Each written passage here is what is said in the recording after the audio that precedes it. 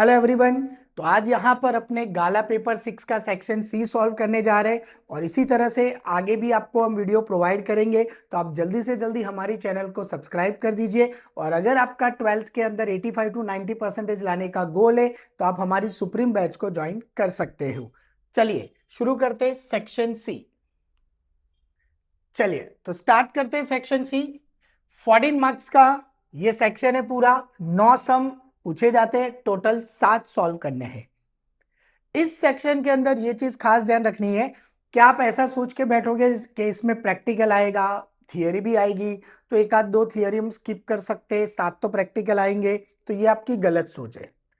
Last to last year ऐसा हुआ था कि 2 मार्क यानी कि 2 सम खाली प्रैक्टिकल थे, 7 थियरी थी।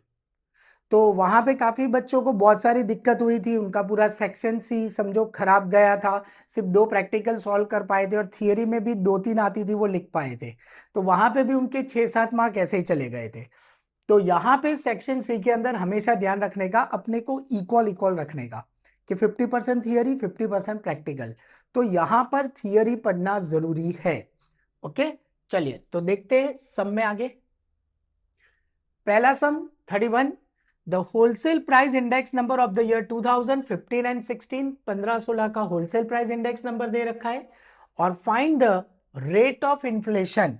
जो मैंने आपको बहुत बार कहा हुआ है कि रेट ऑफ इन्फ्लेशन ये कहीं ना कहीं तो पेपर में होता ही है, या तो एमसीक्यू में होगा, या तो सिंगल लाइन क्वेश्चन आंसर में होगा, या तो इस तरह से प्रैक्टिकल पूछ सकते हैं। तो देखो क्या फॉर्मूला है, wholesale price index number of the current year minus wholesale price index number of the previous year divide by wholesale price index number of the previous year multiply by 100. The answer is 165.7 minus 150.2 divided by 150.2 multiply by 100। चलो तो यहां पे solve कर देते हैं।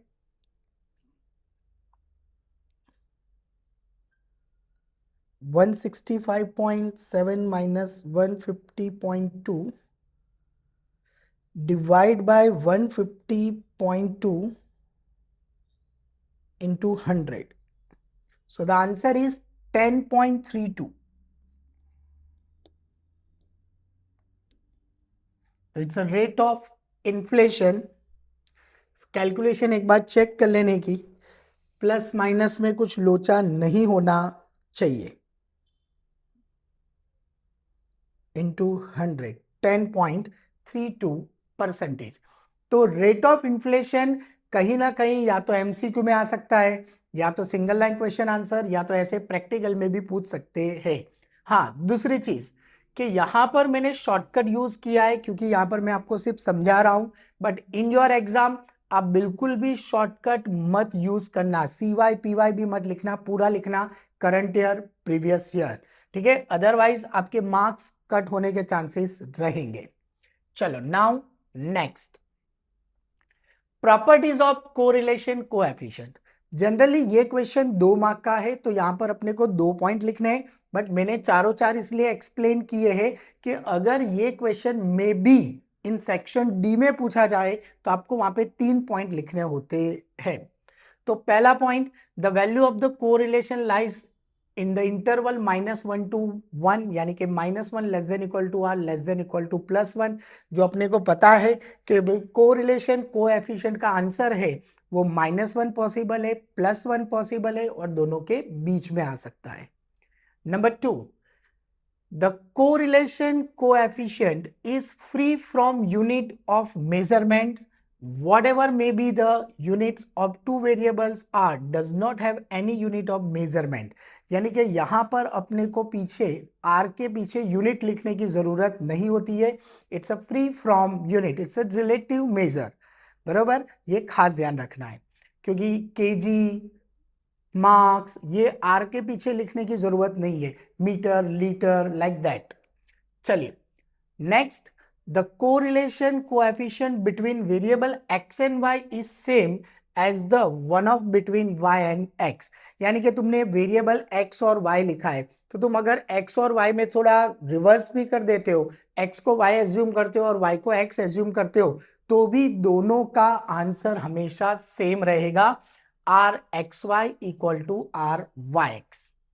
Fourth, the correlation coefficient, ये बहुत ही इंपॉर्टेंट पॉइंट है, ध्यान से सुनना, does not change with the change of origin and scale.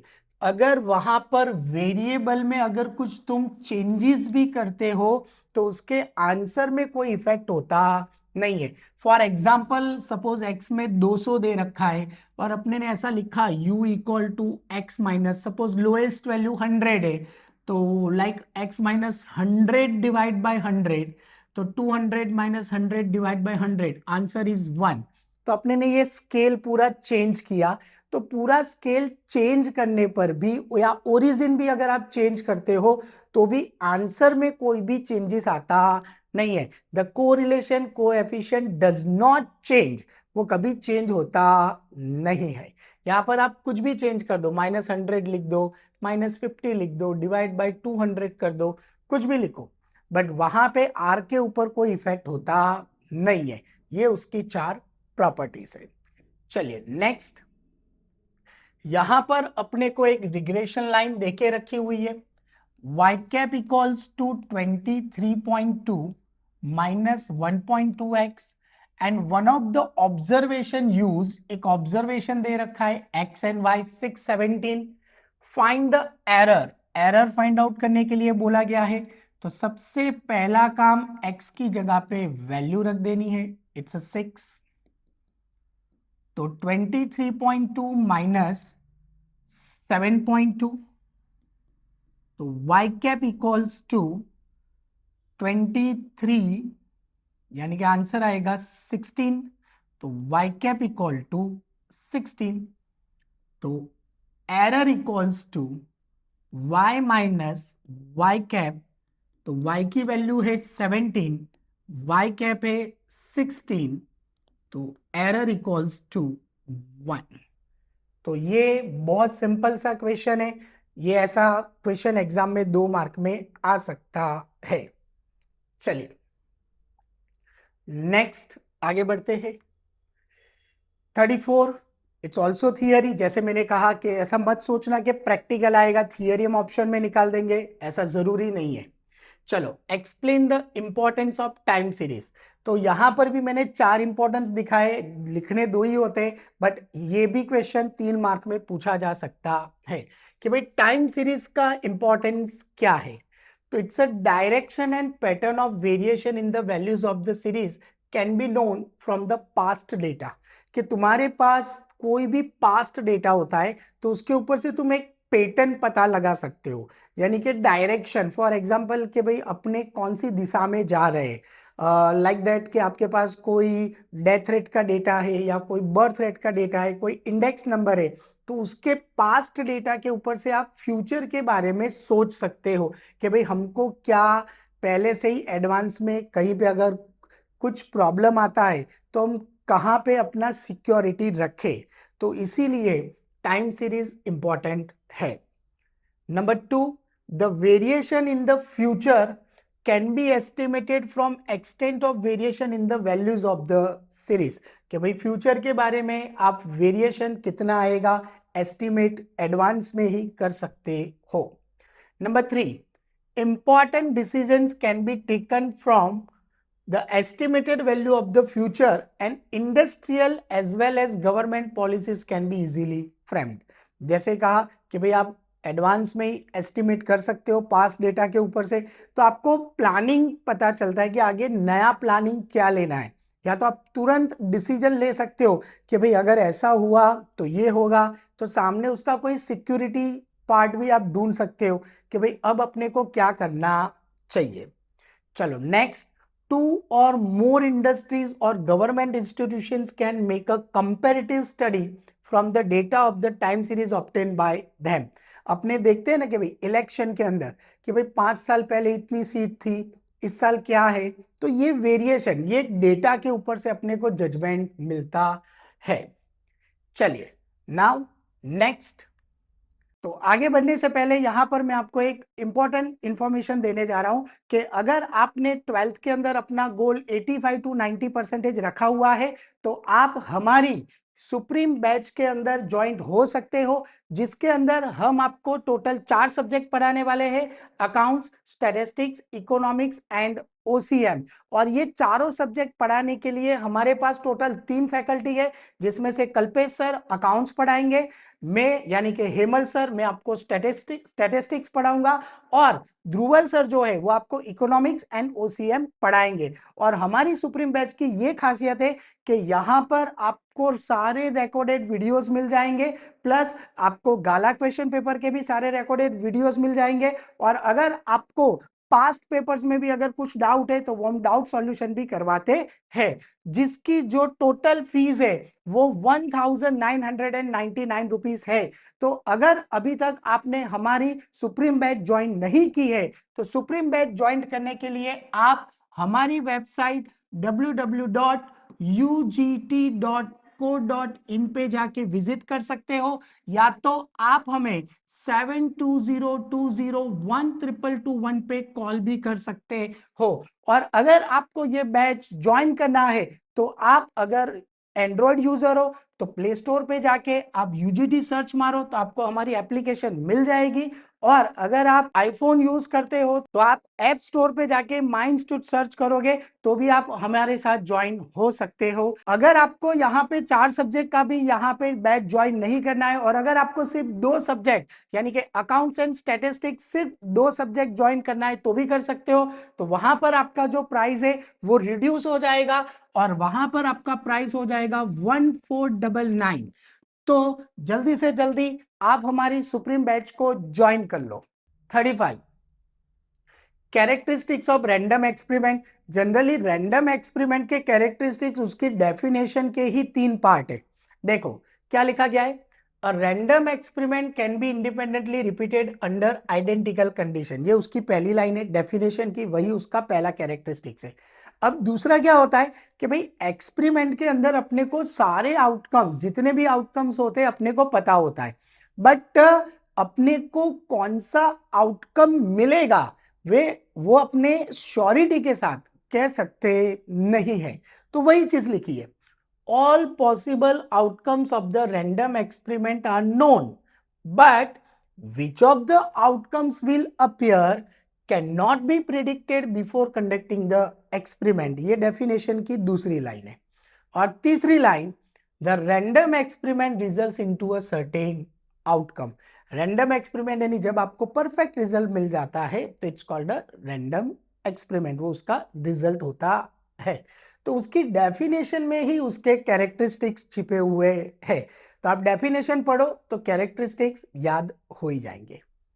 चलो now 36 for binomial distribution probability of success. तो probability of success which is denoted by P is a double the probability of failure। तो P equals to 2Q, N equals to 4, और variance ढूंढने के लिए बोला गया है तो P equal to 1 minus Q equals to 2Q, 1 equals to Q सामने जाएगा तो 3Q, तो Q equals to 1/3, Q आ गया तो P मिल जाएगा, P equal to 1 minus Q, या तो P की वैल्यू यहां पे आप ढूंढ सकते हो या आप इस तरह से भी ढूंढ सकते हो। तो 1 minus 1/3 P equals to 2/3। N दे रखा है, क्या ढूंढने के लिए बोला गया है तो बोले वेरियांस ढूंढने के लिए बोला गया है। तो variance equal to NPQ, N यानी 4, P यानी 2/3, Q यानी 1/3। So the answer is 8/9। It's a very simple calculation, आपको खाली फॉर्मूला याद होना चाहिए। चलो नाउ नेक्स्ट 37। देखो वन मोर थियरी, मैंने कहा ना, आप ऐसा सोचो 7 करने 2 थियरी आई, ऑप्शन में निकालोगे, ये तीसरी आ गई, और एक्सपेरिमेंट सॉरी चौथी आई। तो सोचो 9 में से 7 सम करने हैं, जिसमें से 4 थियरी है, 5 प्रैक्टिकल है। तो अब आप कितनी थियरी छोड़ोगे? चारों की 4 छोड़नी पड़ेगी, अगर नहीं पड़े तो सिर्फ 5 ही सम कर पाओगे। 2 दूनी 4, 4 मार्क गए आपके। तो थियरी पढ़ोगे तो बेटर रहेगा। State multiplication and division working rule, it's very simple. Multiplication and division, limit x tends to a, दो फंक्शन का मल्टीप्लाई होता है, it's called L into M. And the limit of the product of two function, product of two function is equal to the product of their limits. दो function का multiply और उसके limit का multiply दोनों same होता है, तो इसे मल्टीप्लिकेशन रूल कहा जाता है। यहां पे एक चीज खास ध्यान रखनी है, यहां पर भी दो फंक्शन है, दो लिमिट है। The limit of the division of two function is equal to the division of their limits. But यहां पर एक चीज खास ध्यान रखनी है, provided the limit of the function denominator is not zero. यहां पर आपका डिनोमिनेटर जीरो नहीं होना चाहिए, बराबर। ऊपर भले ही दोनों आंसर सपोज ऐसा आ रहा है, फॉर एग्जाम्पल 3/2 और यहां पे आ रहा है 3/0, तो ये नहीं चलेगा, बराबर। डिनोमिनेटर में जीरो नहीं आना चाहिए। चलो next, using tabular method prove that limit x tends to -1 3/x+1 does not exist. जो मैंने अभी कहा कि भाई लिमिट डज नॉट एग्जिस्ट कब होता है, बोले जब डिनोमिनेटर में जीरो आता है।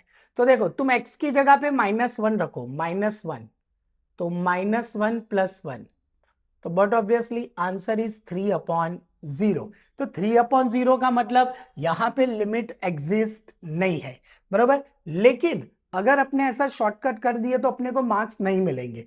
क्यों नहीं मिलेंगे? क्योंकि यहां पे टेबुलर मेथड बोला है। तो टेबुलर मेथड में एक टेबल बना देंगे, x f(x), बराबर। चलिए अब होगा क्या कि भाई x की वैल्यू तुम्हारी -1 है, तो अपने को उसकी नियरेस्ट वैल्यू ले लेने की। तो फॉर एग्जाम्पल लिमिट के अंदर ये 4 वैल्यू याद रखनी है आपको टेबुलर मेथड के लिए, और ये चारों वैल्यू एक बार इसमें माइनस कर देने की और एक बार प्लस कर देने की। तो -1 -0.1, तो इट्स -1.1, -1.01, -1.001 और -1.0001। एक बार माइनस कर दिया चारों को और एक बार चारों को ऐड कर दो। So the answer is -0.9, x की वैल्यू -0.99, -0.999 और -0.4 टाइम्स 9।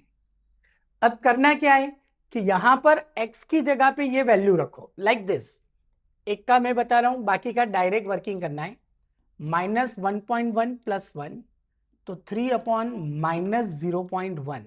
तो इसका तुम सॉल्यूशन करोगे तो आपका आंसर आएगा -30। क्या आंसर आएगा? -30। वैसे ही एक एक वैल्यू लेते जाओ तो आपका यहां पे आंसर आता जाएगा -300, -3000, -30,000, 30,000।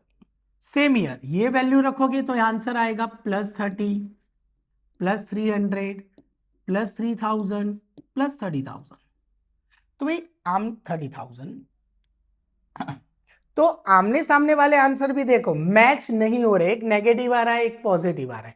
जनरली क्या होता है कि जब तुम x की नियरेस्ट वैल्यूज रखते हो तो y का आंसर भी नियरेस्ट होना चाहिए। यानी कि ये सारे आंसर भी सपोज पहला 30 आया है तो दूसरा आंसर भी 30 के नियरेस्ट होना चाहिए।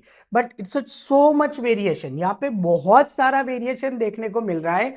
तो नीचे अपने को स्टेटमेंट लिखने का, here limit x tends to -1 3/x+1 does not exist because of the function यानी कि f of x are not nearest to ए यानी के -1। ओके, चलिए तो आगे बढ़ते हैं।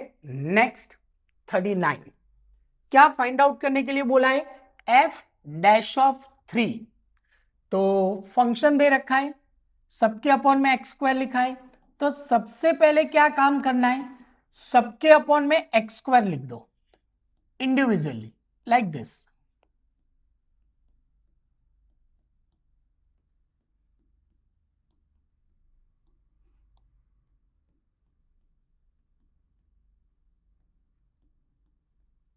अब इसका सिंप्लीफिकेशन, तो 5 में से 2 गया तो 3, 4x cube 3x plus 2 plus 27, ये डिनोमिनेटर में है, पावर में जाएगा यानी कि न्यूमरेटर में जाएगा तो उसका पावर नेगेटिव हो जाएगा। नाउ इट्स अ डिफरेंशिएशन,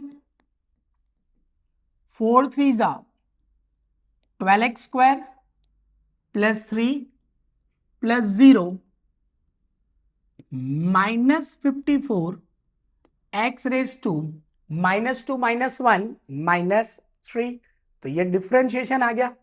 तो differentiation 12x square plus 3 -54 upon x cube, it's a differentiation.